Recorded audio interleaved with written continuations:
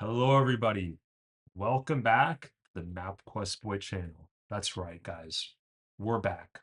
Kind of. I have not made a video in almost 2 years, I think. It's been like a year and a half since I've actually made a video. But I saw this article and I said, I think I have to do a reaction video on this. I have to do a reaction video on this. Bleacher Report decided to rank the top 99 quarterbacks in NFL history. And for me, I'm big into NFL history. Like NFL history is my thing. I don't know everything about the NFL, and I think there's a lot of people that know more about the NFL and its history than I do. But I figured, what better way to come back than with just a classic reaction video where I kind of dive into this article, give my thoughts, give my opinions. I am gonna be completely honest. If I think guys are underrated, overrated, properly rated, wherever they may be, I'm gonna tell you guys what I think, and hopefully you guys enjoy. So, I have not read this article yet. I did see the first few names, and I saw how detailed the descriptions were, and I said, you know what, perfect time to come back into YouTube and do this. So yeah, hopefully you guys enjoy. If you do, maybe leave a like, maybe subscribe. I might do more of these depending on how it goes. But I figured I'd just get my thoughts. It's completely unedited, so hopefully you guys kind of enjoy this sort of format. And yeah, sit back, relax, and I hope you guys enjoyed this video. So, Bleacher Report ranked the top 99 quarterbacks in history. That's a lot of quarterbacks to go through, right? So we're gonna see how they did. And I'm going to be completely honest if I think they did a good job, a bad job, or maybe an okay job. So let's take a look here at this article. So, kind of goes and talks about what an NFL quarterback is, right? And kind of how historic they are, right? So, they also talk about how they voted on this list. So, they have a panel of writers and editors. They weighed a player's peak, longevity, career statistics, accolades, playoff success, and more when submitting their vote for the 99 greatest NFL quarterbacks of all time. So, I guess they asked people who worked for them to submit the 99 greatest NFL quarterbacks of all time. That seems like a lot of work. Like that seems crazy. I don't know. I think I could probably do that, but it would take me like a week or two to do 99 to rank each and every single one of them. I'd have a hard time doing that. If it was measurable, we considered it. If it happened between the ears, we baked that in too. Bonus points for trendsetters and mold breakers. Okay. Because while stats and awards matter, sometimes sheer talent transcends all that. I agree.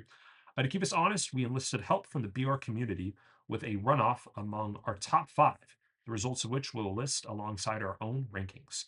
After plenty of note taking and agonizing, here's what shook out. All right, let's take a look here at this list. So we're going to get started off with Ryan Tannehill. Okay, so I did see this name to start off this article when I first just kind of previewed it, and he feels like the prototypical kind of borderline top 99, top 100 guy. Doesn't have the best accolades. He only made the Pro Bowl once, but he had a few good years with Titans late in 2010s and early 2020s, where he led them to some pretty good regular season, performances. Granted, he did not win a lot of playoff games. He did beat Tom Brady though in Tom Brady's last game as a Patriot. So pretty interesting factoid there. But yeah, listen, I think he was solid. I'm not gonna spend too much time in these guys in the 90s and 80s and what have you. We're gonna start spending more time when we get to closer to like the top 50, top 25, and all that. But yeah, Ryan Tannehill, I don't have a problem with this at all. I think he was average, and he had a few slightly above average seasons in the NFL. So yeah, he definitely deserves, I think, to be in the list. 98 Danny White, ASU legend Danny White. I agree with his placement in this list. I think he definitely deserves a spot. People don't realize he got drafted in 1974 and had to sit for about 6 years until Roger Staubach retired for him to become the starting quarterback. And he was pretty solid in the early 80s. Granted, his play did tail off quite a bit. But again, it was just kind of due to age, I think. If he had a full NFL career, I think he definitely could have been higher on this list. So yeah, I agree with Danny White's mention on this list. Mark Rippon at 97, okay, Super Bowl MVP, Super Bowl champion with the 1991 Washington, formerly known as the Redskins. He was very good for a few years. I completely agree with this ranking. Granted, yes, longevity not the best, but from 1989 to 1991, he was up there as one of the best quarterbacks in the league, and he won a Super Bowl. So yeah, shout out Mark Rippon. I think he deserves a spot in this list for sure. 96, Craig Morton. Definitely agree with him being mentioned in this list. In terms of just all-time quarterbacks, I think I would probably have him around this range too. He played for a while. He was a longevity king. Even though he did win a Super Bowl champion, he was backing up Roger Staubach that game. And he was the starter when the Cowboys drafted Roger Staubach in 1963. He went off to the Navy, Roger Staubach did, and Don Meredith ended up retiring. Craig Morton kind of righted the ship for those Cowboys teams in the late 60s in order for Roger to get back, when he got back to the US and, just completely went off. But yeah, shout out Craig Morton. He also made a Super Bowl with the Broncos and actually ended up losing to one of his old teams in the Cowboys in Super Bowl 12. So yeah, Craig Morton, fine with that. 95, Jeff Hostetler. This is the first one where I don't know if I would put him in my top 99 or 100. I'm just kidding, top 100. I don't know why they did 99. I think maybe to be unique, but I'm going to say top 100 for the sake of this video. I would not put him in my top 100. I will say his Super Bowl run in 1990 was stuff made of legends. Comes in for an injured Phil Simms late in regular season. Not a lot of people, are sure of how he's going to do, and he did great because there were rumors, and he even said this, I believe, in the America's Game episode that he thought about quitting football, and that the 1990 season kind of gave him more motivation. That being said, though, I wouldn't have him in this list because I think he was very inconsistent at times, especially when he went to Oakland. He did have a few good seasons with the Raiders, but I never would consider him a top 10 quarterback during the 90s when he was with the Raiders. And I feel like in order to make this list, you've had to have been at least top 10 for a few seasons, right? Jeff Hostler, really good quarterback, not taking anything away from him. Personally, I don't think I would have him in my top 100, but, good quarterback nonetheless. So yeah, shout out to Jeff Hostetler. 94, Kerry Collins. We're going to, I think, probably see a lot of these kind of stat compiler guys who, played a lot of seasons, had a lot of yards, a lot of touchdowns, but were never considered above average quarterbacks for a lengthy period of time. Kerry Collins kind of falls into this basket of stat compilers. He had a few decent seasons, especially with the Giants and the Titans, you know, and I don't really mind his inclusion in this ranking. Yeah, Kerry Collins, fine quarterback. Okay, so this is the first interesting one that I'm going to probably talk about a lot. Justin Herbert at 93. Okay, so they're ranking guys who were drafted in 2020. So I guess they're saying if their careers ended now, this is where they would rank. I think I agree with this placement. I don't think he should be any higher. I think he deserves a placement in the top 100. 93 seems fair to me. Justin Herbert doesn't have any playoff wins. That's kind of the elephant in the room, right? And the two playoff games that he played in, he did not look good. Uh, 4 interceptions against the Texans in 2024 after he only threw three that whole season. Wild. And then against Patriots did not look right. But granted, I will give him a pass this season. His offensive line was decimated, and he had to deal with a lot of adversity in terms of just pressures when it came to opposing pass rushes getting to him.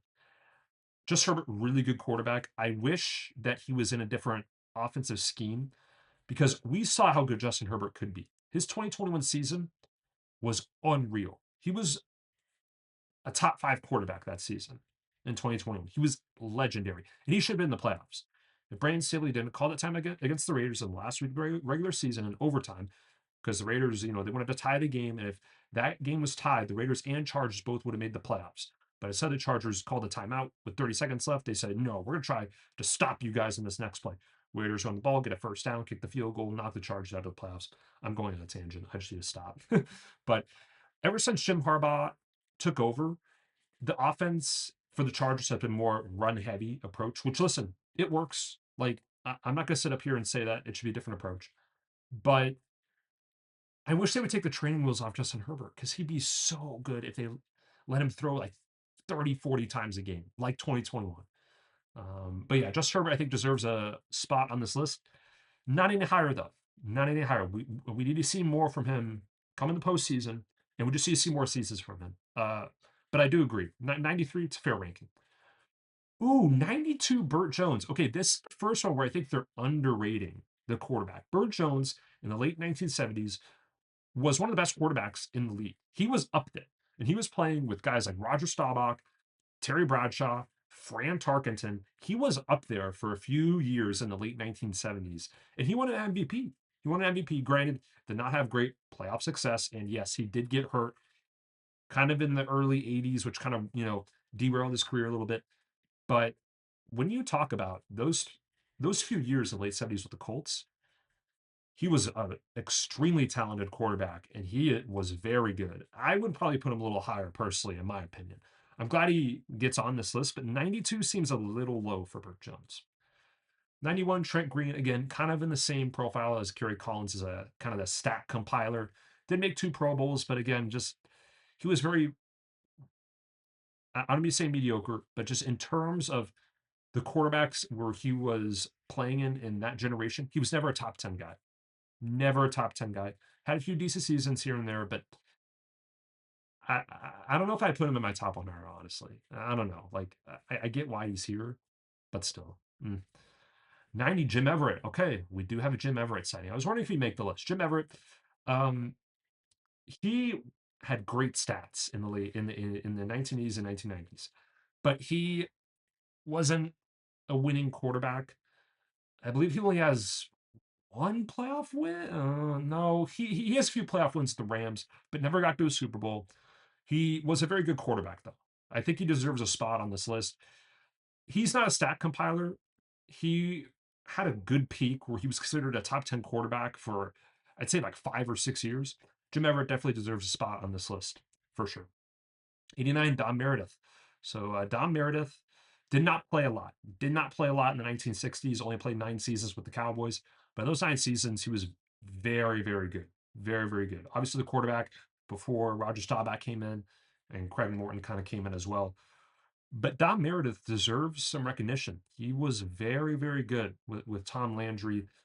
He was a winning quarterback, right? I know this 56.6% winning percentage is not going to help things, but in the mid to late 1960s, those Cowboys teams were competing for NFL championships. And it was thanks to Don Meredith and his quarterbacking play. So, yeah, deserves a spot in this list for sure. Okay. 88, Andy Dalton. Again, falls in the same bucket as Kerry Collins, excuse me, and Trent Green as a stat compiler. I don't know if I'd put him in my top 100. I don't know. I don't know if I would. Because listen, Kerry Collins did get to a Super Bowl. He did. Kerry Collins did get to a Super Bowl. Granted, he lost, but arguably the greatest defense ever in the 2001 Ravens.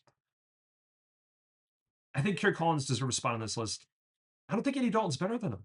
I don't think he is. Listen, the stats will probably say Andy Dalton's better, but again, Andy Dalton played in a more pass-friendly environment. He does not have any playoff wins, and he got to the playoffs a decent amount, right? He got to playoffs, I think, like 3 or 4 times, and he lost like every single game he played.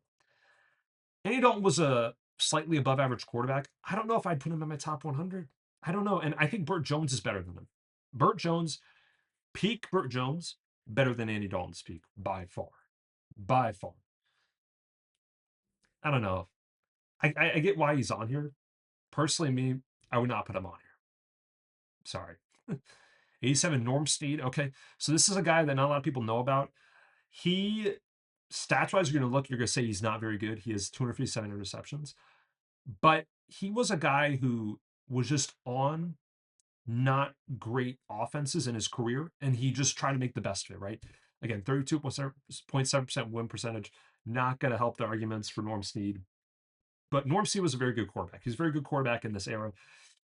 Would I have him in my top 100? That's a tough one. I think he deserves a spot. I think this ranking is somewhat fair. I could see an argument for him being a little bit lower, but he was a good quarterback. Granted, don't let the stats and record fool you. He was very, very good in that era. 86, Archie Manning. Okay, so kind of the same line as Norm Snead, where he was never on good teams. The Saints teams back then were atrocious. They were terrible. And Archie Manning was one of the only 2 good players on that team year in, year out. And yes, he only won 25%. of his games, right? Not very good. But he was the only one of the only good players on offense, right? If you ask somebody to name one of Archie Manning's offensive teammates, people can't, right? Archie Manning definitely deserves a spot on this ranking, and I'm happy he's on here at 86. It feels like a fair ranking for sure. 85, Brad Johnson. Okay, kind of a stat compiler, but he does have a ring. He does have a ring. I think him being above guys like Andy Dalton and Trent Green and Kerry Collins makes sense. Makes sense to me personally. So yeah, I don't disagree with this. Maybe a little bit lower, but I think he's better than all three of the guys that I just mentioned. So yeah. Ooh, okay. Doug Williams is on here. Okay, I'm intrigued. I don't know if I would have had him in my top 100. I get the argument for why he's on here. 1987, with him on that again, formerly known as the Redskins team. That Super Bowl performance he had against the Broncos, stuff of legends. Gets hurt in the first quarter, right? And it looked like a nasty injury. They go down to nothing. He comes back in the game, and Washington scores 35 points in one quarter. They scored 35 unanswered points when the game. Doug Williams was masterful in that game. And, you know, putting that aside, he was also very good with Tampa Bay Buccaneers. Very good. And the Buccaneers at the time were considered the worst organization in the NFL. He comes in and leads them to the playoffs in the early 80s. And he definitely deserves some flowers. I don't know if I have him in my top 100 just because he didn't start a lot of games, but he does have the moments where you look and you say, like, that's top 100 quarterback. So I'm fine with his inclusion in here. But personally, me, I don't know. Ooh, this is a deep cut. Frank Ryan right here. Frank Ryan took over for Otto Graham kind of in the 60s era when the Browns were kind of going through a transitional period where they were not as dominant as they used to be, but he led the Browns to the NFL championship. Very, very good quarterback, won 65.5% of his games.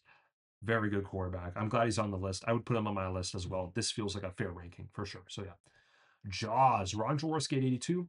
Fine with this. I don't have much to say on Ron Jaworski. He got to the Super Bowl and he played a lot. And he was, I'd say, like a borderline top 10 quarterback for his whole career, kind of in that range where he played from like the mid 70s to the late 80s. I'm fine with this ranking for Jaws. Yeah, I don't mind it. 81, Jim McMahon. Okay, so we have Jim McMahon here. Yeah, yeah. I think this makes sense. He doesn't have the gaudy stats you want him to have, but he was a guy who was a winner, especially with the Bears. He won the Super Bowl in 1985. Obviously, everybody remembers him quarterbacking that team. And then 1986, they're probably going to repeat again if he didn't suffer the most egregious late hit in NFL history. If you don't know about it, look up Jim McMahon late hit in 1986. Packers defensive lineman comes after Jim McMahon threw the ball, after like 5 seconds after McMahon threw the ball. Packers defensive lineman bear hugs him, picks him up, and slams him down to the ground, smashes his shoulder, ends his season, and basically ended their Super Bowl hopes. But Jim McMahon was a winner, bar none, and he deserves some flowers for the 1985 Super Bowl championship. So yeah, shout out Jim McMahon. All right, 80, Bernie Kosar. Okay, Bernie was underrated. Bernie was underrated. He he, he won playoff games for the Browns. Do I have to say anything more? It would have been awesome if he got the Browns to the Super Bowl, and they were very close. They were very close. 1986, unfortunately, suffered, or he was on the wrong end of the drive, as everybody knows. John Elway leads a 99 or 98-yard drive to tie the AFC Championship game and then end up winning it overtime. The 1987, unfortunately, Ernest Biner, one of the Browns running backs at the time, really good running back, fumbles the ball when he's trying to go for the tie, and they end up losing that game in 1987 in the AFC Championship game. So he was very close to getting the Browns to Super Bowl, right? If you say that nowadays, you're like, the Browns getting a Super Bowl? No way. But with Bernie, they were nearly there. And Bernie was very good for a 5-year stretch. Granted, did not have the longevity. I'm surprised he's this high. Like, I'm surprised he's higher than Brad Johnson. But I agree, he deserves a spot on this list for sure. Okay, so they're ranking the two Browns quarterbacks that were kind of great in that era right next to each other. 79 Brian Sipe. I agree Sipe's peak was better than Kozar's because Sipe did win an MVP. He was very good. Very, very good. I know the 1980 season, the Browns probably should have gotten to the Super Bowl. Unfortunately, they were on the wrong end of Red Right 88. where they could have kicked the field goal, but it was very cold, and they tried to get more yards. They even tried to go to the end zone. Unfortunately, Sipe threw an interception, ended up costing the Browns the game. But he definitely deserves some props. He was very good in 1980 for his era, and yeah, deserves a spot in this rank for sure. 78 Dante Culpepper, interesting. I think this is a fair ranking. People might say he should be a little bit higher, but he was not a great longevity quarterback. He had a peak though in the early 2000s when he was throwing the ball to Randy Moss. I think Chris Carter was already gone by then, but he was very good in the early 2000s. Look at some of the years that Dante Culpepper had in terms of stats. He was up there with some of the best quarterbacks in the league. So yeah, definitely deserves a spot on this list. Mm, Derek Carr at 77, too high, too high. Stat compiler, never won a playoff game. Never won a playoff game and only got to the playoffs twice. Even though his first year he got to playoffs, he was able to play in the game because he broke his leg earlier in the regular season. I just can't put Derek Carr this high. He's not better than guys like Burt Jones or and Brian Sipe and Bernie Kosar. Derek Carr was never a top 10 quarterback ever. He had one season where he was considered that in 2016, and then he got hurt. 2021, he was pretty solid, but he was never he wasn't a top 10 guy. Was not a top 10 guy. I get Derek Carr being in this list. 77 is overrated in my opinion. We're overrating Derek Carr. Four-time Pro Bowler, that is not doing a lot for me. Granted, he made it, I think, a few years as an alternate. I fact check me on that. I could be wrong. That feels a bit high for Derek Carr. I'm sorry, Raiders fans. And listen, Derek Carr was a good quarterback. I'm not putting him 77th. I'm not putting him ahead of some of the guys that I just said. So yeah. So it's like Alex Smith. Okay, this guy, I'm fine with having him ranked 76th, right? He is similar to Derek Carr, except that he made the playoffs way more times than Derek Carr did. Way more times. And probably would have gotten to the Super Bowl in, what was it, 2011 season, where they had a crazy run. They beat the Saints, one of the best playoff games ever. They played the Giants at home.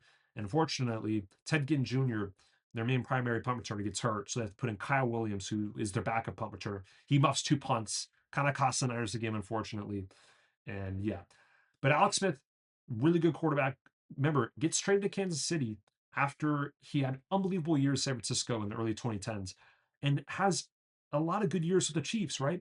And then also helps lead the Washington, then it was the football team in 2020, coming off that unbelievable, nasty leg injury where it was thought to have maybe been career ending.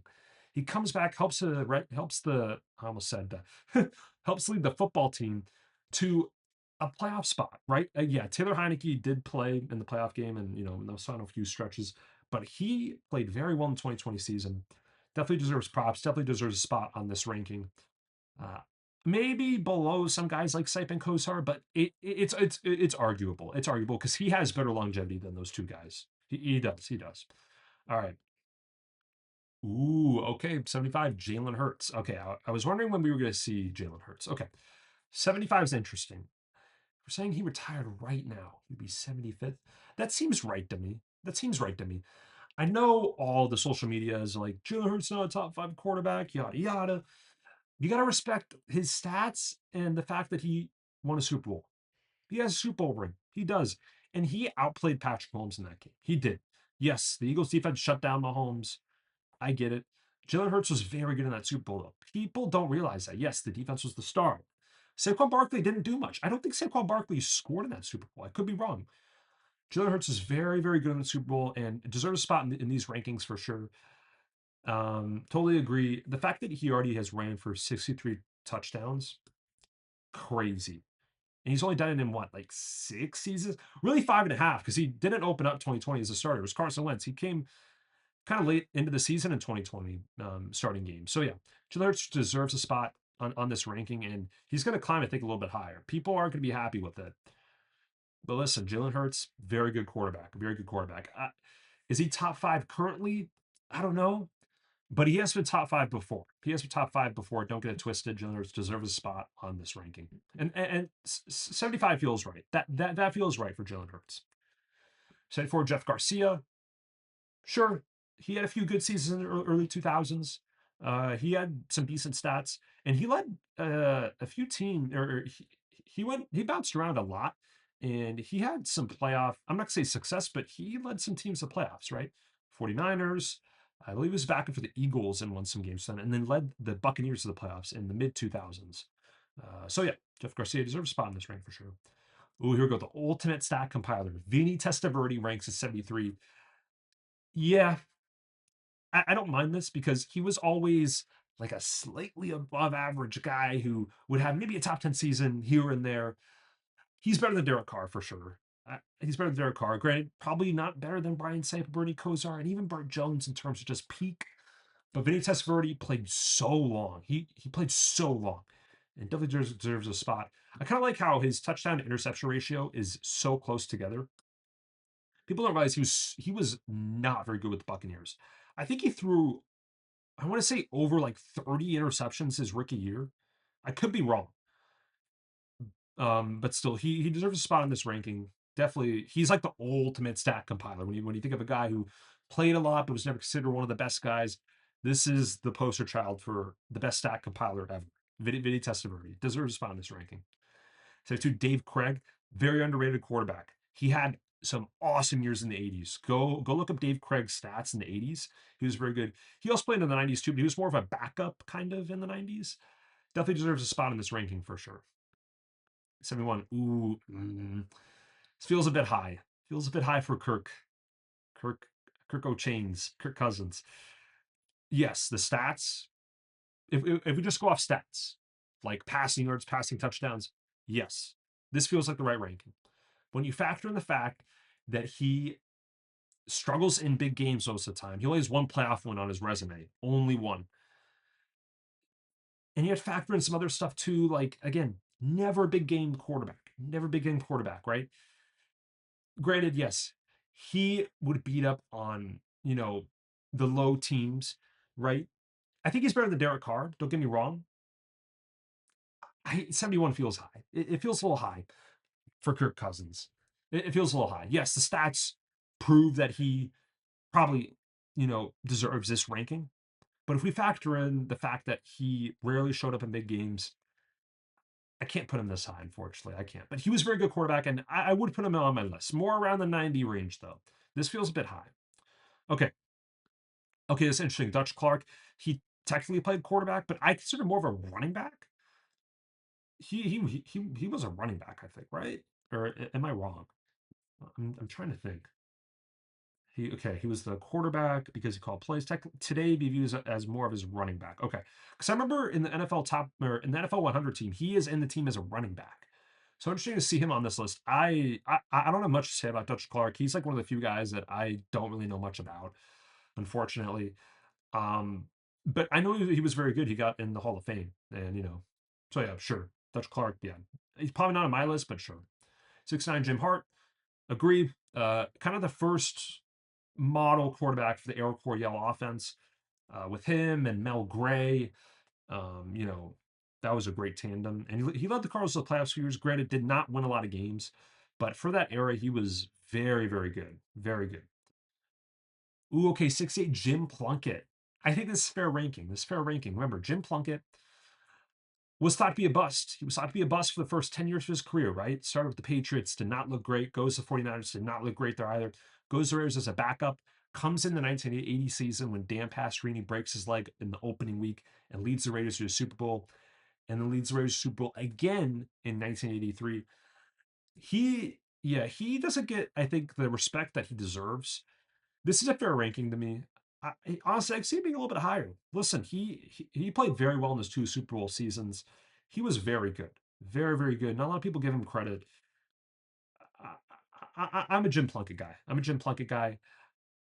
He's not going to get in the Hall of Fame, but he deserves respect from people. So shout out Jim Plunkett. Speaking of a guy who deserves respect, Earl Morrall. I love that he is this high on the rankings. This is a properly rated ranking for Earl Morrall. This guy's the best backup quarterback of all time. Comes in 1968. Johnny Unitas is hurt. Leads the Colts to a Super Bowl appearance and wins MVP. Then he goes to the Dolphins in 1972. and starts the majority of the games for that undefeated Dolphins team. This dude did not start a lot of games because he was a backup most of the time, right? But when he came in, he was a baller. This dude deserves respect. I like Earl Moore being this high. Very, very good quarterback. Very good quarterback. Yeah. Like, all right. Okay, 66, Joe Burrow. Not gonna lie, if we are talking stats, accolades, other things, we combine all of that, he's probably not better than Jalen Hurts. Like, is that crazy to say? I probably have Jalen Hurts as an all-time quarterback over him right now. Granted, yes, I think Burrow right now is better than Jalen Hurts, right? We've talked about career and the achievements that both quarterbacks have had. Both of them don't have any MVPs. Both of them I don't think have any all pros. I don't think, unless Burrow maybe made it all pro. I don't know. Pro Bowls, you can weigh that. I don't know, but the fact is that Joe Burrow is getting hurt a lot, and if he keeps getting hurt like this, I don't know if I'd have him this high. This is a very aggressive ranking for Joe Burrow. I don't know if he's better than Jalen Hurts. Jalen Hurts has a Super Bowl ring. He has a Super Bowl ring. He beat Patrick Mahomes in the biggest game, right? Joe Burrow's done that before too. He beat him in the championship game in 2021. Beat him in some other games too. But Jalen Hurts, that ring carries a lot of weight, in my opinion. Yes, Jalen Hurts is on a way better team than Joe Burrow was for both their Super Bowl, appearances. I'm not going to argue that.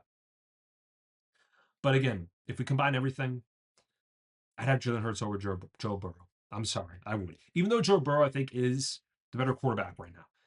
If he gets to the Super Bowl, maybe again, I'm fine with him being this high. But he's getting hurt a lot. Like, we need to see a little bit more from him, in my opinion, to be ranked ahead of Jalen Hurts. That's my hot take. Hot take. Number one, probably. There's going to be a lot of hot takes in this video, but this is the first one. I think Jalen Hurts is better all-time quarterback right now as things stand. As things stand, than Joe Burrow. That's my opinion. But he does deserve a spot on this list for sure.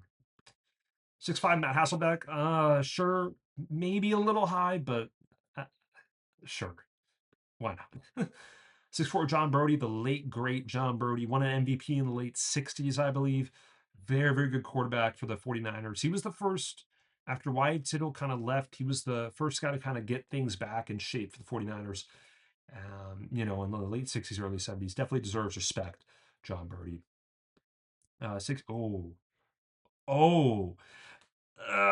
no, no, no, no, no, no, no, no, no, no. This is way too high for Jared Goff. I didn't think Jared Goff was going to be on this list. Oh, he's not 63. This is very high. Very, very high for Jared Goff. Let me say this about Jared Goff. He has had really good seasons in the league. He has had incredibly good seasons. I think he's been a guy who's been slept on. I am a Jared Goff fan. 63rd best quarterback ever, though? No, I can't put him that high. I can't put him that high. Especially in the past few seasons, we've seen with him, with this Lions team, where they should have done better. Unfortunately, in the biggest games, Jared Goff kind of melts down. We saw this when they played the Commanders in the 2024 postseason. He turned the ball over, I think, 4 or 5 times and cost the Lions a game. He did. Lions defense was not great either. But if he didn't turn the ball over that many times, the Lions probably would have won that game. And then this season, they're playing the Vikings on Christmas Day, where the Vikings have Max Crosby starting. He throws like less than 10 passes in that game, and they win because why? Jared Goff turns the ball over several times. He could turn the ball over 4 times that game, correct me if I'm wrong, but I would not put him this high. Yes, he made a Super Bowl. Yes, he has great stats to back it up, right? He's not better than Joe Burrow. He's not better than Jalen Hurts. I don't even know if he's better than Kirk Cousins.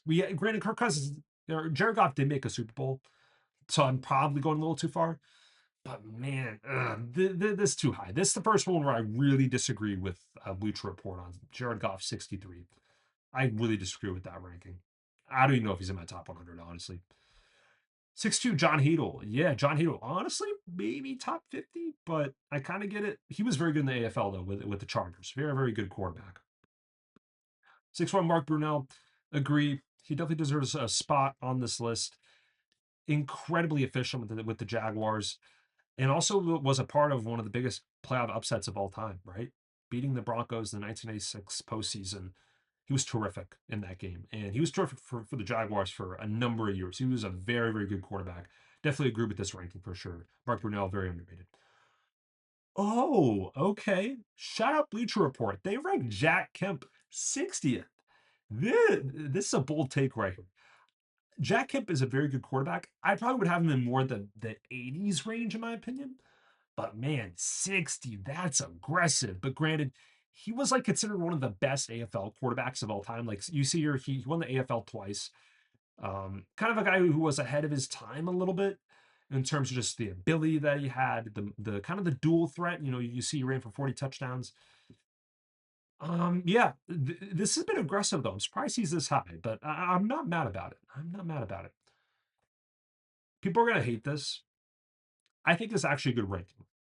Now, yes, let me say something. I just bashed Jared Goff, for not even being on the top. I don't even think he should be on the top 100.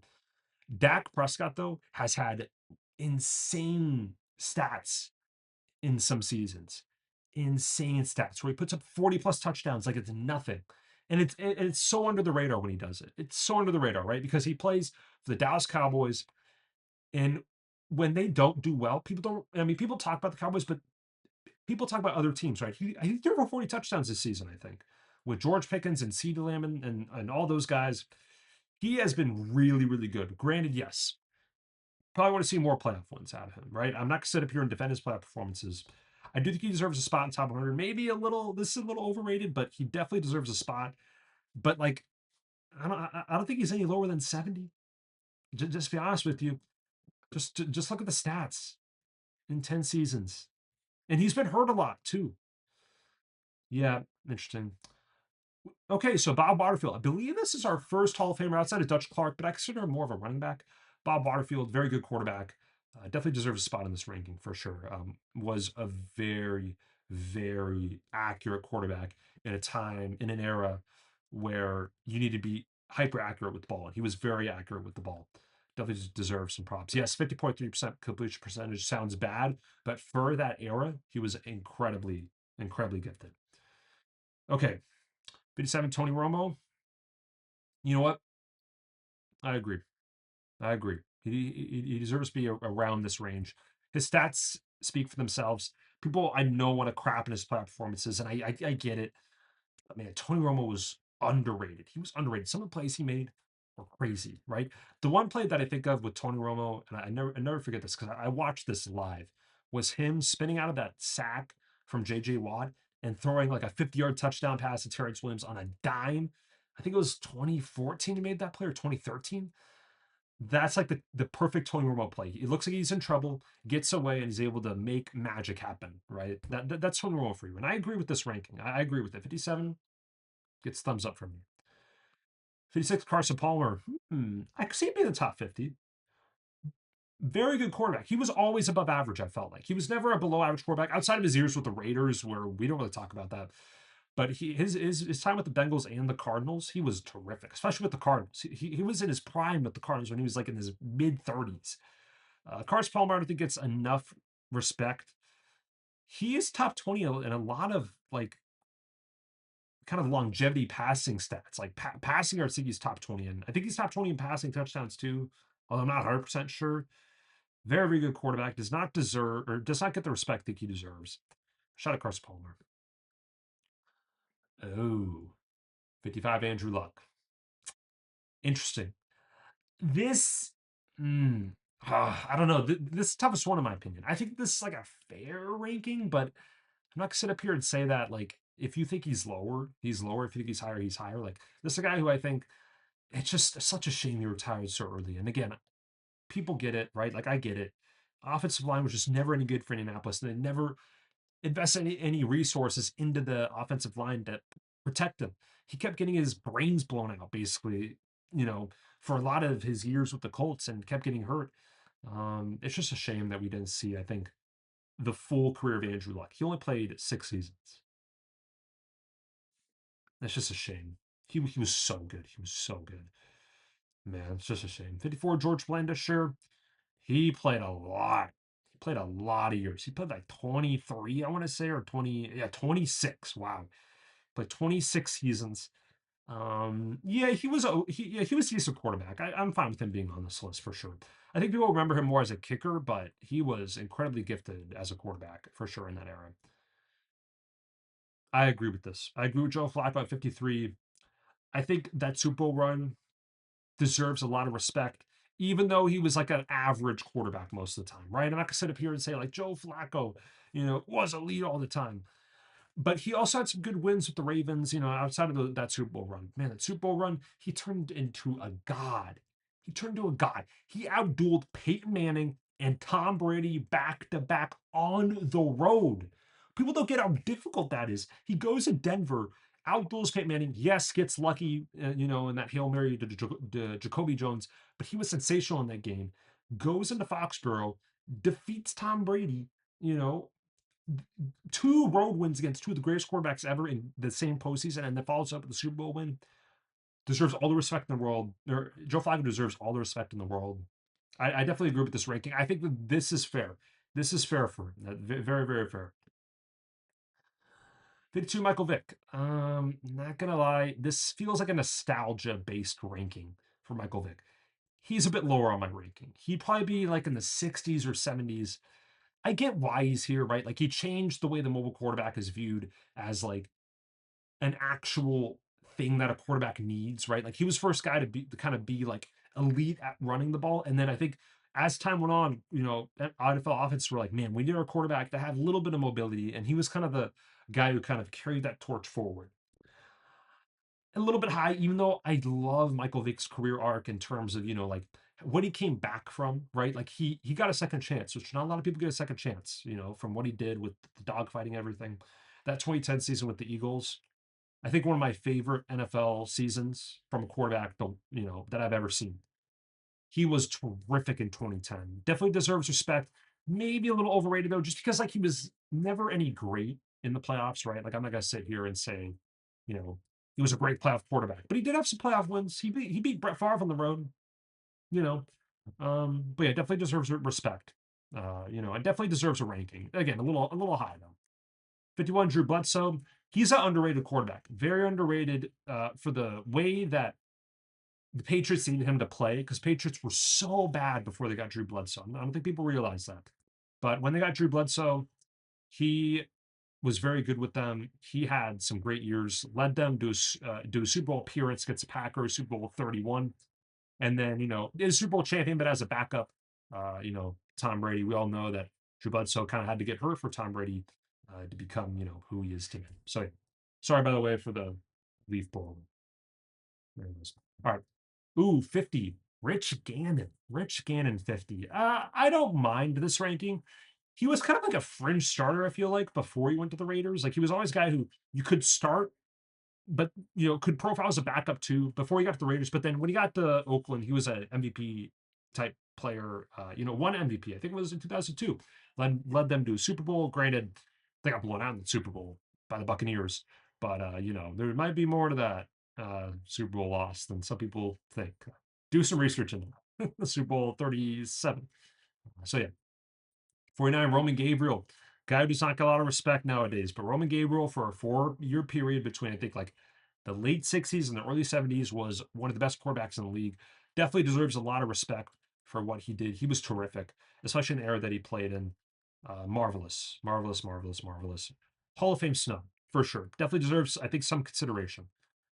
Speaking of another guy who doesn't get a lot of respect in our generation, Daryl LaMonica, one of the first ever gunslingers. I definitely agree with this ranking. Definitely his top 50 quarterback.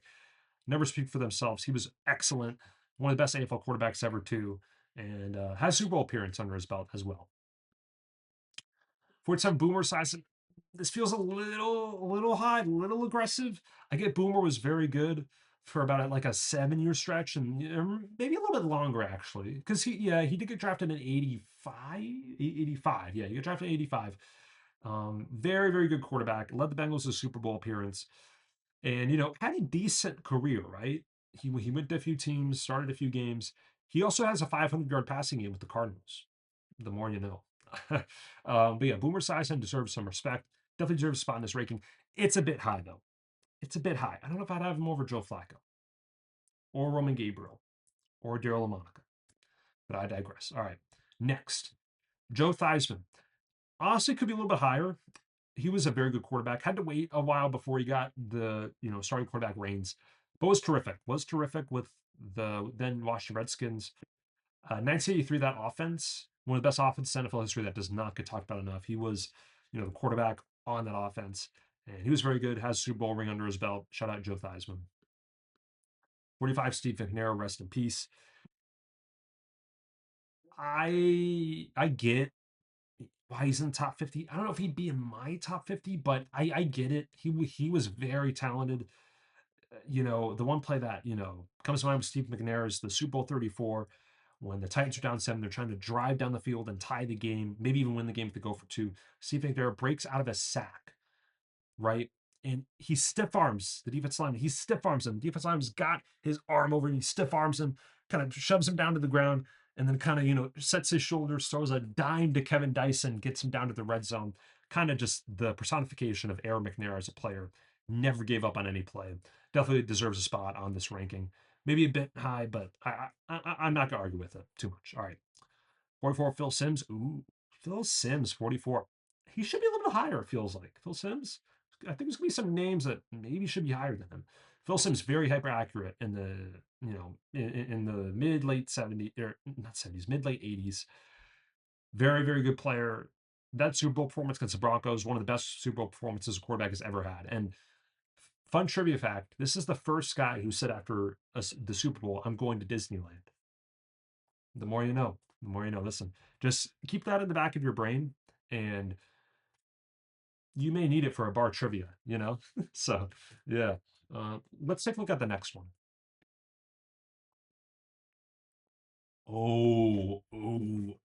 Okay.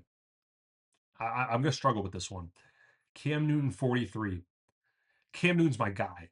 I grew up watching Cam Newton. He was one of my favorite quarterbacks. 2015, my favorite season ever by quarterback was 2015 Cam Newton. That was legendary stuff. I remember I had him. I traded for him in one of my fantasy leagues right before he went off, and yeah, it was amazing to watch. But I don't know if he's top 50. I don't know. Peak, yes. If we combine longevity and other stats, I don't know if he's top 50. I can't put him, I think, ahead of Phil Simms. I can't. I can't. I'm sorry. Cam Newton was a really good quarterback, though. Really good quarterback. But there were a lot of seasons where I think he was borderline top 10 and then had the MVP season where he was the best player. He could not be stopped 2015. Unfortunately for Cam, he just did not get the receivers I think he needed to have. His best receivers were like Kelvin Benjamin and Devin Funchess, who were okay receivers, but never the top guys or guys who should be the top receivers on contending teams. But Cam Newton deserves respect. He was a really good quarterback. I don't know, top 50 though. I don't know, but I love him as a player. I don't know. I don't know. I'm sorry. I don't know. That's really tough. 42 Donovan McNabb. Yeah, he's a top 50 quarterback. The stats speak for themselves. He was really good. Granted, not the best in the playoffs, but he got the Eagles a Super Bowl appearance. So give him some credit for that. 41, Matt Ryan. Okay, so Matt Ryan is ranked 2 spots ahead of Cam Newton. Matt Ryan, I think, is better than Cam Newton just because he has the longevity, stats kind of, with him there. And probably should have a Super Bowl, you know, on the wrong end of the 28-3 collapse is Matt Ryan. And, it's not really just Matt Ryan's fault. Granted, he could have played better, but he made some great plays down the stretch. I don't know if there's anything he could have done. It was more the play calling. But Matt Ryan was a really good quarterback, led the Falcons to the playoffs numerous times. Longevity stats, he deserves to be higher than Cam Newton. I think he's probably top 50. So yeah, I don't have any problem with that. Big shout out, Ken Anderson. This guy deserves some Hall of Fame votes. Ken Anderson, very, very good quarterback in the 70s and 80s. Gets slept on, but he was a very good quarterback. Definitely a top 40 quarterback of all time. I love this ranking. Led the Bengals to Super Bowl in 1981. Just not get enough respect, in my opinion. He was a machine. He was so accurate, had a strong arm, and he did not have great receivers. He did not, right? Like, yeah, Chris Collinsworth was a good receiver in the 80s when he had him. And one of the things people don't realize is Bengals tried to replace Ken Anderson. They tried to. They drafted Jack Thompson, a quarterback, in the first round, I believe, the 1977-78 NFL draft. And they tried to start him over Ken Anderson. And Ken Anderson said, I'm Ken Anderson. And he beat Jack Thompson. Jack Thompson gets traded to Tampa Bay, and Ken Anderson, you know, plays for a few more years with the Bengals. He was very good, very, very good for his era. He deserves some Hall of Fame votes. Like he deserves some Hall of Fame, what's the word I'm looking for? Consideration. This last sentence, top notch. Ken Anderson made the Bengals relevant. Period. Agreed. Oh man, Randall Cunningham, 39. Randall Cunningham, one of my favorite quarterbacks ever. He elevated the mobile quarterback, right? A height that it had never been before, where he was so fast, so elusive. You know, you could not take down Randall Cunningham when he ran the ball. And he was unbelievable for a few years with the Eagles. Should have won the MVP in 1990. He had 45 total touchdowns that year. Joe Montana had like 26 total touchdowns. Randall Cunningham should have been NFL MVP that year. Okay, he should have been. He wasn't. He was like that's the runner-up. Yes, Joe Montana I think had the 49ers 15-1 at that time. Randall Cunningham had a worse record. Randall Cunningham as a player though was better that year. Should have gotten the 1990 MVP.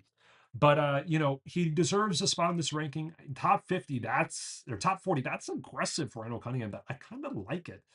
Obviously, people remember him from the Eagles, his days being a mobile quarterback. People, I think, also kind of forget about his, second act as a quarterback, where comes out of retirement with the Minnesota Vikings, changes his play style to be more of a pocket passer who, has some mobility, but not the same mobility he had when he was with the Eagles. And he had a great year too. Arguably could have won MVP that year in 1998 too. He could have been a two-time NFL MVP had it not been for some great seasons. And I think Barry Sanders 1998, that was the year he won and co-MVP. He ran for like 2K yards, or was that 97? I don't know. I don't know. But yeah, Randall Cunningham definitely deserves a spot on this rankings. All right, before we talk about this next one, I need to drink water. Oh my goodness. Okay, sorry. Told you guys this could be unedited. 38, Sonny Jurgensen. Definitely agree. Rest in peace. Hall of Famer. Maybe it should be higher. He should be higher, honestly. There'll be some guys that I think are gonna be ahead of him more. I'm gonna be like, I don't know. 37, Bobby Lane. Bobby Lane deserves respect. He was the best quarterback in the 50s, I think, for a period of time, or for a number of years, I should say. Has some NFL championships under his belt. He was very good, very, very good. Obviously, people remember him for putting the curse on the Lions, where they wouldn't, I think, win a Super Bowl for 50 years. And, still won a Super Bowl. Still have not won a. Oh, here you go. Lions want to win for another 50 years. Well, that curse has kind of continued on. Yeah, 68 years. Yeah, the Bobby Lane, very good quarterback. Why Tittle 36? Okay, I agree with this. Why Tittle, very good. Again, this generation does not respect him, unfortunately. What he did in, I think it was 1961, where he threw for, I think, 37 or 38 touchdown passes. I wonder if they talk about it here. Um, I guess they don't. But he held the single season, I think, passing touchdown record, right? Like at one point, he did. Very good quarterback, with the Giants and the 49ers. For 49ers, he wasn't as good, but the Giants, he was legendary. And he was old too when he, became, the prime version of himself. So yeah, Wyatt Tittle deserves a spot in these rankings for sure. Josh Allen 35. Ooh, okay. So the stats say Josh Allen is a top 50 quarterback. I think this is a little high though, because he hasn't gotten a Super Bowl yet. Listen, I know some of the Super Bowl losses aren't on Josh Allen, right? But man, like he has not gotten to a Super Bowl for a player of his caliber. He should have had at least one appearance, right? Like, am I going crazy? Am I going crazy? Am I wrong? The stats do say that Josh Allen is a top 50 quarterback of all time. I'm not arguing that. 35 feels a touch high. It feels a touch high, but I think in a few seasons, this is probably the right ranking, right? But he does have to make a Super Bowl. Please, Josh, please. You're too good of a player. Not even in one Super Bowl. Just one Super Bowl. Just make it. You don't have to win it. Just make a Super Bowl. I digress. All right. 34, Bob Greasy. Very underrated. Very underrated. In the 70s, he was kind of the most efficient passer, I think, kind of in that decade. He rarely turned the ball over, compared to his counterparts. He did turn the ball over, a little bit, but He had, I think, one of the highest pass ratings in the 70s. Very good quarterback. Does not get talked about a lot. Definitely deserves his Hall of Fame. Uh, you know, Hall of Fame. Yeah, he definitely deserves to be in the Hall of Fame. Okay, I'm kind of happy about them having Joe Namath at 33 because people tend to overrate Joe Namath, the legend Joe Namath.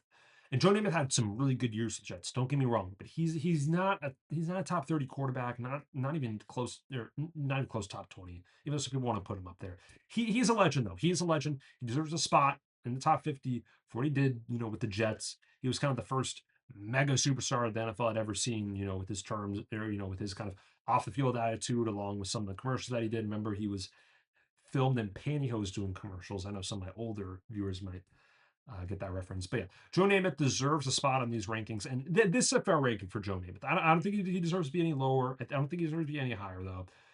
But yeah, very very good player. Very very good player. Definitely deserves a list or a spot on this list in the top 50 for sure. 32 Philip Rivers. Hmm. Maybe he should be higher. Like he was so underrated.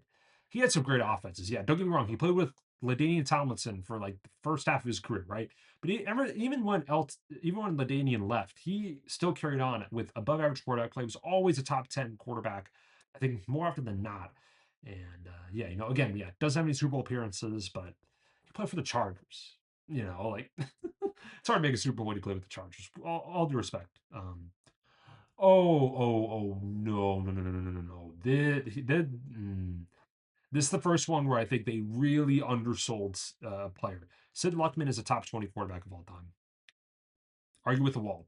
Sid Luckman, what he did in that era in the 1930s, does not get talked about enough. It just does not. He was so good in the 30s.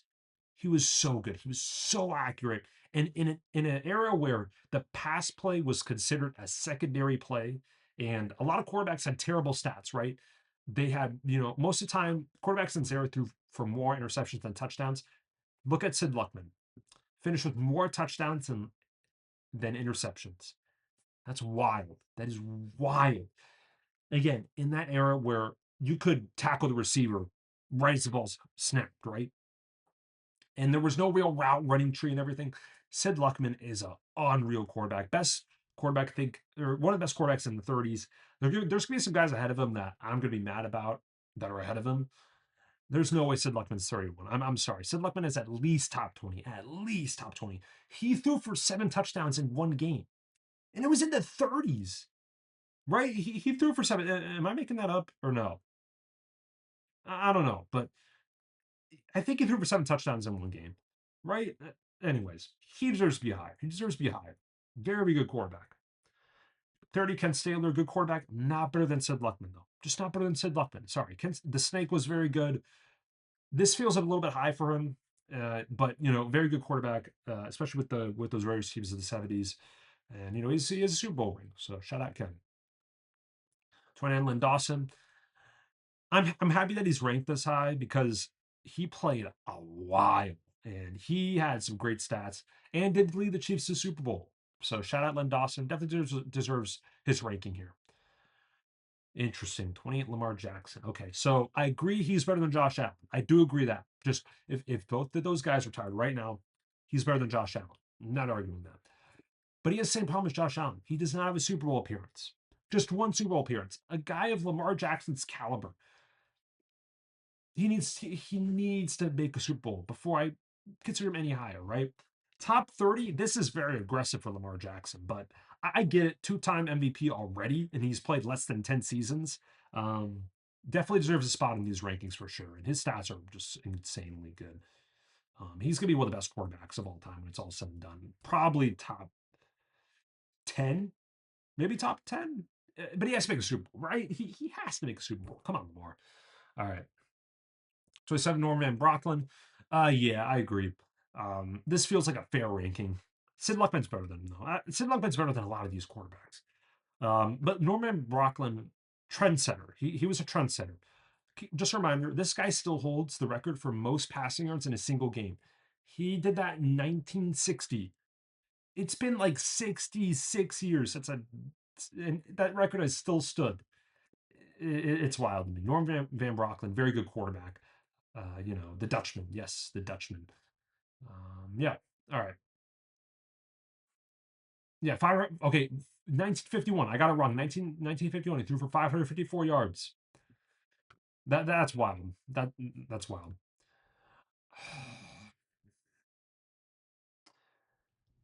Too low. Too low. Sammy Baugh, top 15 quarterback of all time. I was worried that this list was gonna, do this, where they're gonna disrespect the older generation that kind of game that came before a lot of us. Way too low. Way too low. Sammy Baugh was terrific. He was the best quarterback in that generation for like 7 years straight. This dude dominated the 20s and 30s. He was excellent. He was not only a quarterback, he played safety and he played kicker. He played three different positions. Sammy Baugh, the quarterback, unbelievably talented. He was sensational. Sammy Baugh deserves way more respect. Completing 56.5% of passes in that era is insane. It is insane. Just insane that he was able to complete that. He was able to complete more than half his passes in an era where there was no pass interference, and the pass again was considered a secondary play. Way too low. Way too low. All right. 25, Russell Wilson. Sure, sure. I'm not going to sit up here and argue otherwise. Russell Wilson, I think, has kind of underrated his career because the second half of, or ever since his post Seahawks career, he has not been the same. And I'm not going to sit up here and defend that, but Seahawks Russell Wilson, one of the best quarterbacks of all time for sure. I think he deserves a Hall of Fame jacket eventually. Should have had two Super Bowls if the play calling. If they just handed the ball off to Marshall at the one, just handed the ball off to Marshall at the one, you would have had two Super Bowls. You would have won over Tom Brady. You could have been so much higher on this list. Oh my goodness. All right. Sorry, my nose is a little itchy. All right, let's go to the next one.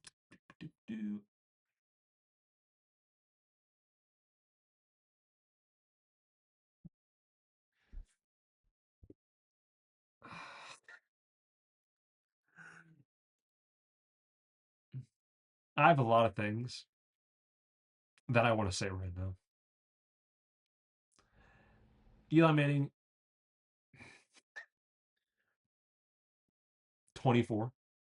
Eli Manning, 24. No, he's not a top 50 quarterback of all time. This is insane. Okay, let me just say this real quick, right? Yes, he has two Super Bowl wins over Tom Brady. Yes, he beat Tom Brady twice in the Super Bowl, right? He deserves a spot on this list, but he's borderline top 50. This guy was never considered a top five quarterback at all in his entire career. There is no world where you could tell me that Eli Manning is a top 25 quarterback of all time, and he's better than Russell Wilson, Sid Luckman, Sammy Baugh. He's not better than any of those guys. He's not better than any of those guys. He's better than Cam Newton. You tell me that you would take Eli Manning over Cam Newton.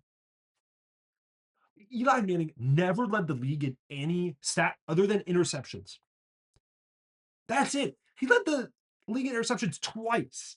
He never led the league in passing yards, passing touchdowns, completion percentage. He was never considered a top five quarterback. When we're getting into the 20s and 30s, we're going to start to elevate your kind of standard from top 10 to top five, right? This guy was never a top five quarterback in his entire career. I'm sorry. He just wasn't. He just wasn't. I respect Eli Manning for what he did in those playoff runs where he had two Super Bowl wins over the GOAT. I'm not arguing against that. What I'm arguing against is the fact that when you compare Eli Manning's career and you look at all the seasons that he played in and you look at all the quarterbacks that he played with, he was never a top five quarterback. End of discussion. He is way too high on this list. Way too high. Way too high. Man, yeah, all right. This first one that actually genuinely pissed me off. I had to compose myself there for a minute. Oh man. Mm. Yep. See, look, never led the league in any major statistics. If I could talk, any major statistical category during the regular season except for interceptions, which he did twice. He does not have a Hall of Fame caliber career. What is his? Oh my gosh, he is not getting in the Hall of Fame. He might get in the Hall of Fame one day. He decides to deserve to be in the Hall of Fame. He was never a top. Oh, you know what? I'm moving on. Move on. Dan Fouts 23. The fact that he's only one spot ahead of Eli Manning is comical. That is comical. Dan Fouts is far and away better than Eli Manning ever was. I'm sorry. Yes, Dan Fouts is not a Super Bowl, ring. Whatever. There are some guys that transcend the no ring stigma. Dan Fouts is one of these guys. Ran the Air Coryell offense to perfection. Granted, yes, he had the best probably receiving core in NFL history. Hall of Famer Charlie Joyner, Hall of Famer Kellen Winslow. Wes Chandler was so underrated, and then he had John Jefferson a few years too. Legendary stuff, from that receiving core. But Dan Fouts was epic in those few years that he had, in his prime. He was considered a top three quarterback, I think, in that time frame from like the 1979 around 1981. He was up there. Unbelievable quarterback. The fact that he's one spot ahead of Eli Manning. I'm never going to get over Eli Manning being 24. Oh man, Jim Kelly 22. Yeah, I respect Jim Kelly. He's not better than Dan Fouts, in my opinion, but Jim Kelly deserves respect. Yes, he went to four Super Bowls and lost all four Super Bowls in a row as well. But Jim Kelly ran the kicking offense to perfection, and a very good quarterback. Definitely deserves a spot on this list. 21 Warren Moon, again, kind of the same. It's like these three guys are all kind of ranked similar, where they never made or where they never won a Super Bowl, but they were always considered one of the best quarterbacks in their generation. It's a shame because I think if Warren Moon went to the NFL straight after his days at Washington, he probably would have been a top 10 quarterback of all time. If he didn't spend all those years in the CFL trying to prove himself because no owners wanted to take on Warren Moon, even though he would have been the best quarterback on probably 90% of those teams. Um, you know, he definitely deserves a spot on this ranking. He was incredibly good, and I actually met him. I met him. Warren Moon, good guy. Definitely deserves a spot on this ranking. He was terrific, terrific. Okay, I was interested to see where Matthew Stafford ended up. This feels like a fair ranking. I don't know if he's better than Dan Fouts, but I will say the MVP that he got this season carries a lot of weight. It does, right? He never had an MVP type season. In 2011, he was very, very good. It was just fortunate that both Aaron Rodgers and Drew Brees both had better years. But Matthew Stafford had an MVP year this season and has Super Bowl ring too. Gonna get in the Hall of Fame now, I think. I think it was like a kind of up in the air kind of situation um, before this year, but now he threw for what, like 46 touchdowns this year, career high, crazy. And he's like 30, he's in his late 30s. So shout out Matt Stafford. I think he's top 20 quarterback of all time. I can get behind that.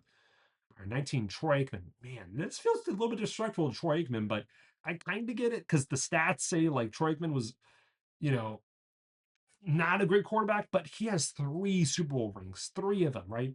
And he's a little bit different than Eli Manning, where Troy Aikman, I think he was a top 10 quarterback in all the years that he played, probably top five as well. He was very accurate with the football. Yes, he had Emmett Smith, to take pressure off the passing game. He had the best offensive line in football at the time, and he had Michael Irvin, right? I'm not sitting up here making excuses, but Troy Aikman was very, very good. He was surgical with the football, and he was incredibly, incredibly talented. And unfortunately, injuries kind of derailed his longevity in a sense where he suffered a lot of concussions later on in his career. But man, it would have been awesome to see what he did with Jimmy Johnson for like his whole career, right? Because when Jimmy Johnson was there, he was hitting his peak, right? And I'm not saying Barry Switzer came in and like ruined Troy Aikman, but it was clear that there was a disconnect between the two that kind of led to a little bit of a decline in Aikman's stats. But even then, he won a third Super Bowl with Switzer as his head coach. So yeah, man, yeah, I kind of get it because he does only have one season where he threw 20 touchdowns, 20 plus touchdowns, I should say. So I kind of get it, but mm, yeah, I don't know. All right, I need more water. I spent too much time rage on Eli Man. All right, next ranking 18, Kurt Warner. I agree. Better than Troy Aikman. Yeah, I guess. Yeah, because he had a better peak than Troy Aikman did. Right, the Greatest Show on Turf is one of the best passing seasons ever. Kurt Warner deserves a lot of respect for leading two teams to Super Bowl appearances, winning one with the Rams, getting into another one with the Rams against the Patriots, and then going to the Cardinals where people thought he was done. He was never going to be anything in the NFL again. Somehow turns back the clock and leads the Cardinals to a Super Bowl appearance, and arguably probably could have won if Santonio Holmes doesn't get that second foot down. But yeah, Kurt Warner deserves a lot of respect for what he did. He was a baller. Kurt Warner was a baller. Oh, 17 Roger Staubach. This is a little bit too low, maybe. I think he's top 15. He's a top 15 quarterback. Roger Staubach kind of transcends. I think he would have been great in today's game, where his mobility would have shined. He was an efficient passer. He was a guy who rarely turned the ball over, and when you compare him to his counterparts, very good quarterback. Roger the Dodger, one of the clutchest quarterbacks ever. Too. I'm not going to sit up here and say otherwise, but Roger the Dodger definitely deserves a top 20 ranking, probably top 15. There's an argument there to be had. 16 Ben Roethlisberger. I think Ben Roethlisberger is a top 20 quarterback, but he's not better than Roger Staubach. I'm sorry. Yes, he won 2 Super Bowls. So did Roger Staubach. Okay. Um, yeah. Again, the counting stats are going to be looked back upon favorably for Ben Roethlisberger, but I think he took advantage of the area that he played in. Still, he was a very good quarterback, though. I definitely agree that he deserves the top 20 ranking, not above Roger Staubach, though. Not above Roger Staubach. 15 Terry Bradshaw. Sure, sure. Maybe Roger Staubach's better than him, but like Terry Bradshaw has 4 Super Bowl rings, and he beat Roger Staubach in the biggest games twice. Like he has 2 Super Bowl wins over Roger. So yeah, I'm fine with this ranking. Yeah, Terry Bradshaw top 15, sure. 14 Bart Starr. Yeah, I think he's arguably the second greatest Green Bay Packer quarterback of all time. I think he's better than Brett Favre, and I've not seen Brett Favre's name yet, so I'm getting a little bit worried how high Brett Favre is on this list. But Bart Starr, very good quarterback. He was terrific for the Packers of Vince Lombardi. Obviously, his signature moment came in the Ice Bowl when he, called the quarterback sneak on 3rd and goal, which if it got stuffed, they would have lost the game. But he gets it in. They win the NFL championship, then go on to the Super Bowl and win against the Chiefs. Shout out Bart Starr, very good quarterback, and yeah, definitely deserves a top 15 ranking. 13 for Targeted. Sure, not better than Bart Starr though. Probably not better than Roger Staubach either. Yeah, maybe a tad overrated, but Fran Tarkenton was the first mobile quarterback because he was always a guy that was trying to run around and buy time for his receivers to get open. Go look at some of his highlights where he was just running around in the pocket all over the place just to try to find a receiver. He was incredibly gifted, and he had all the passing records, before when he retired. Granted, Dan Marino broke them, but it took him a while to. But Fran Tarkenton, very good quarterback. Yes, he did lose 3 Super Bowls, but again, it's one of those things where it's like you kind of excuse it for how good he was. So yeah, let's see, 12. Oh no, Otto Graham's top 10. Otto Graham's top 10 quarterback. Listen, this is an interesting stat for you. Otto Graham only played 10 seasons in the NFL. Okay, I'm going to educate some of you on Otto Graham. Only played 10 seasons in the NFL, or NFL/AAFC, but in the leagues that he played in, he played 10 seasons. Okay, he made the championship game every single season he played it. Every single season he played it. And he won 7 times. He won 7 times. This guy was Tom Brady before Tom Brady. This is the elder generation Tom Brady right here. This guy was a winner, a bona fide winner, terrific quarterback, deserves a lot of respect. He was incredibly talented too. Yes, he had Paul Brown and a lot of Hall of Famers on that team, but without Otto Graham, they would not have been as good. And I think the 60s kind of proved that. But Otto Graham was terrific. He was insane. Yeah, again, says it right here. 10 seasons, played in 10 championships, right? Like, and the fact is that when they went to the NFL, people doubted that they would be good in the NFL, and he proved them wrong. He won NFL championships, right? 3 times. Yeah. Otto Graham, top 10, maybe top 5 quarterback of all time. So yeah. Oh my God. What? Johnny Unitas 11? He's top 5. Oh my gosh. Okay. Johnny Unitas is the first modern day quarterback where timing on throwing the football was unnecessary for Johnny Unitas, right? Like he was the first guy to realize that you have to time your throws well for your receivers when they ran the routes, right? Really the first quarterback to come up with the 2-minute drill, right? People remember obviously his, you know, 2-minute drill he had against the Giants in the greatest game ever played, which is, I believe, the 1958 NFL Championship game. He was terrific in the 2-minute drill, and he had a lot of those too. Johnny Unitas is a top 5 quarterback of all time. 11 is so disrespectful. He's at least top 10 quarterback of all time. Top 5, in my opinion. I think he's the 5th best quarterback of all time. 11, that is incredibly disrespectful. Johnny Unitas's legacy. Mm-mm. No, not having it. Not having it. 10, Dan Marino. Yeah, the elephant in the room is that he's never won a Super Bowl, but he is like the best quarterback to never won a Super Bowl. It's just kind of set in stone already. He was so good. The 1984 season that he had is the best passing season we've ever seen, right? Through for 48 touchdowns in an era where it was tougher on quarterbacks, and he was the best. He was the best in that year, and he was arguably the best for a lot of those years in the 80s and in the 90s too. Very good quarterback. Obviously, doesn't have a ring, which hurts a little bit, but like he's Dan Marino. Who cares? Like 1984 is the peak of quarterback play, and his 1984 season is the apex of what a quarterback should look like. 48 touchdowns in 1984. It's just insane. It equates to about 60 in today's game. It just does. He was insane. And obviously, people love to talk about his arm and his release. He had the quickest release in NFL history for sure. The ball will be out like this before you knew it. So, yeah, shout out Dan Marino. Very good quarterback. 9, Steve Young. I am not as high on Steve Young as others. I get the argument for him to be top 10. I would not have him in my top 10. I think Johnny Unitas and Dan Marino are both better than him. I get it though, but I would not have him in my top 10 personally because it took him a while to get going, right? Like he was not very good with Tampa Bay, gets traded to San Francisco, has to wait a while for Joe Montana, or behind Joe Montana until Joe Montana gets hurt. And his first full season as a starter with the 49ers is 1991. He had to wait a while, but he was very good, very efficient throwing the ball. Having Jerry Rice, doesn't hurt, but he was incredibly gifted in his own right. Steve Young, one of the best mobile quarterbacks ever. I don't think he gets talked about for his running ability. 96.8 passer rating in that era in the 90s. Pretty impressive stuff.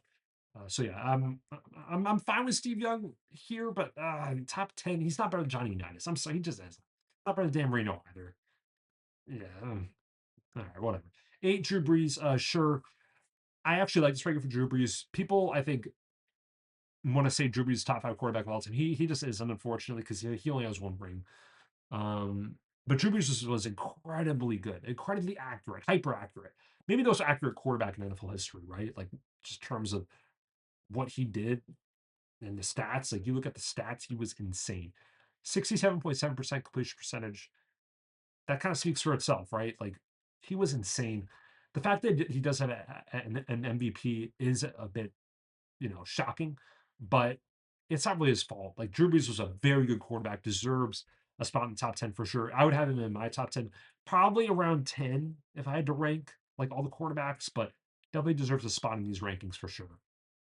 And in the top 10, I should say. Okay, too high. Too high for Brett Favre. Not a top 10 quarterback. I get he won 3 MVPs in a 3-year stretch, right? Like I think that's his whole kind of like argument. And he has a Super Bowl ring. Congrats to Brett Favre, right? No, he's not better than Drew Brees. There's no comparison. He's not better than Dan Marino. He's not better than Johnny Unitas. He's not better than Otto Graham. He's not a top 10 quarterback. I'm sorry. Brett Favre was great, but he's Brett Favre. He's going to throw 6 touchdowns one game, the next game throw 6 interceptions because that's who Brett Favre is. And honestly, this record for 336 interceptions is never going to get broken, right? Like he retired being the all-time NFL pass touchdown leader. This has already been broken by Tom Brady. Okay. This record is never going to be broken. Never going to be broken. He threw a lot of turnovers. And yes, he's Brett Favre. He was a great quarterback. I'm not going to sit up here and argue that. Like he's a top 15 quarterback. Okay. Not top 10 though. Not top 10. I'm not having that. I'm not having that at all. 6, John Elway. I agree. I think John Elway is, one of the best quarterbacks ever. Um, 2-time Super Bowl winner. Probably should have more Super Bowls if his teams were better in the 80s. Unfortunately, they weren't because he made 2 Super Bowl 3 times in the 80s. Yeah, I think people forget that. He won 2 Super Bowls in the final 2 years of his career. He had to wait a really long time. He was a guy who I think if you put him in today's game would go bonkers. with his combo of plus mobility in the pocket along with a rocket arm. John Elway would have been great in this era. John Elway is a Hall of Famer, one of the best quarterbacks ever. I think I would have him maybe seventh in my rankings. So kind of similar. Let's go. Let's see who do we got here. Five Aaron Rodgers. Not top five.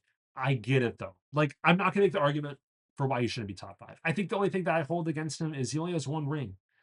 And of a player of caliber of Aaron Rodgers, he should have more, right? Like, am I crazy or no? But yeah, Aaron Rodgers, top five, sure, because he is the best quarterback when it comes to not turning the ball over, and he was just so surgical, so accurate with the football. He made some unbelievable throws. Probably the best thrower, pure thrower of the football ever is Aaron Rodgers. I'm not gonna argue that. He should retire, in my opinion. But like that's besides the point. Aaron Rodgers could be first ballot Hall of Famer for sure. He was unreal. Uh, yeah. Again, not probably not in my top five, but I'm not going to argue against it. Okay. So yeah, let's see. For Patrick Mahomes, I agree. I think it's either four or three, depending on how you view things. The things that he's done in this era have just been insane. Three Super Bowls already in less than what, 10 seasons? He went through Super Bowls in what was it, like four seasons or five seasons? 5 seasons he won three Super Bowls. That is crazy to me, right? But it's gonna be interesting to see how he bounces back from this injury. Because if he wants to get back to being a Super Bowl champion, he has to, kind of overcome this injury, which is the first major injury he's ever had in his career. I think he'll get back to his form for sure. But a thing that he has to watch out for as well, in terms of just being ahead of guys that are ahead of him, he has to play a little bit better than the regular season, I feel like, because the Chiefs kind of instituted like a load management type strategy with his snaps where he wasn't taking plays off, but it was clear that they were saving Mahomes' best for the playoffs, right? We saw this in the regular season and his stats declining, where he was throwing like 40 to 50 touchdowns a season. But now he's throwing like 20 to 30 because the Chiefs want to kind of hold back, his kind of play. And fortunately, this season, it kind of backfired on them where they lost all these close games and did miss the playoffs the first time since like what, 2013, 2012, when Mahomes was even on the team. So yeah, Patrick Mahomes, number four. I'm fine with this ranking. Definitely, deserves. He's top five quarterback for sure. I'm not gonna argue against it. Top five quarterback of all time for sure. Three, Peyton Manning. I agree. I think I'd have him three as well. The fact that he's first quarterback to ever win two Super Bowls with two different teams, immense respect. On top of his unbelievable regular season stats, probably the best regular season quarterback of all time. He was so good in regular season. And he was great in playoffs too. He won two Super Bowls. Peyton Manning deserves a lot of respect. He was insane.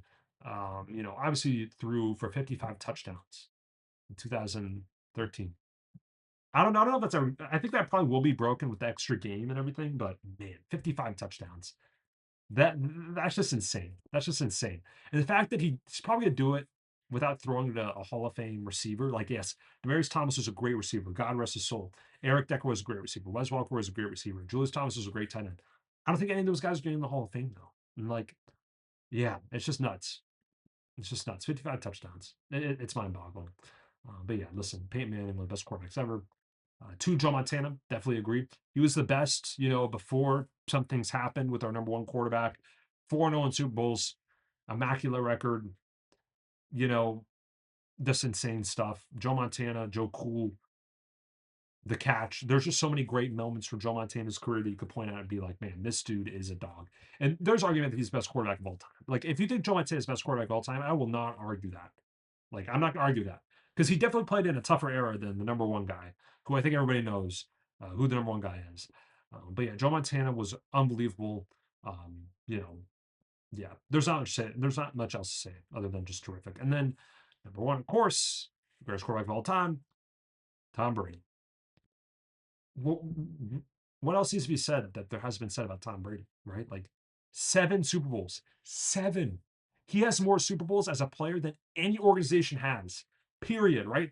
He won six with the Patriots, goes to the Buccaneers, and wins one there in his first year, too. I don't think a lot of people realize, people do know that. But man, that is so tough to go into an organization in your first year and say, hey, guys, we're going to win the Super Bowl in my first year here. And they win the Super Bowl. Just crazy. Yeah, Tom Brady, best quarterback of all time. Not gonna argue that. So yeah, that's it. I hope everybody enjoyed this video. Uh, Incredibly long video, I know. But this was interesting to see because I think there was some great rankings. I also think there was some really bad rankings. You know, Eli Manning 24. I'm sorry, I still can't get over Eli Manning at 24. That is ridiculous. Okay. um, but shout out Bleacher Report for this article. I hope they do this for like running backs and wide receivers and other positions down the line too, because I'd love to react to those as well. But this was interesting. This was interesting to see their rankings. They got the top four right. The top four is spot on in my opinion. The top 10, generally speaking, was kind of correct, but Brett Favre's never a top 10 quarterback. I'm gonna start rambling if I keep going on and on. So yeah, that's it for me. Thank you guys for watching this video. If you did enjoy, again, feel free to leave a like, maybe share it with a friend, that might, want to watch. And yeah, hopefully you guys enjoyed. And yeah, I'll see you guys. I don't know actually. I don't know when I'll see you guys next time. But yeah, thanks for watching. Peace.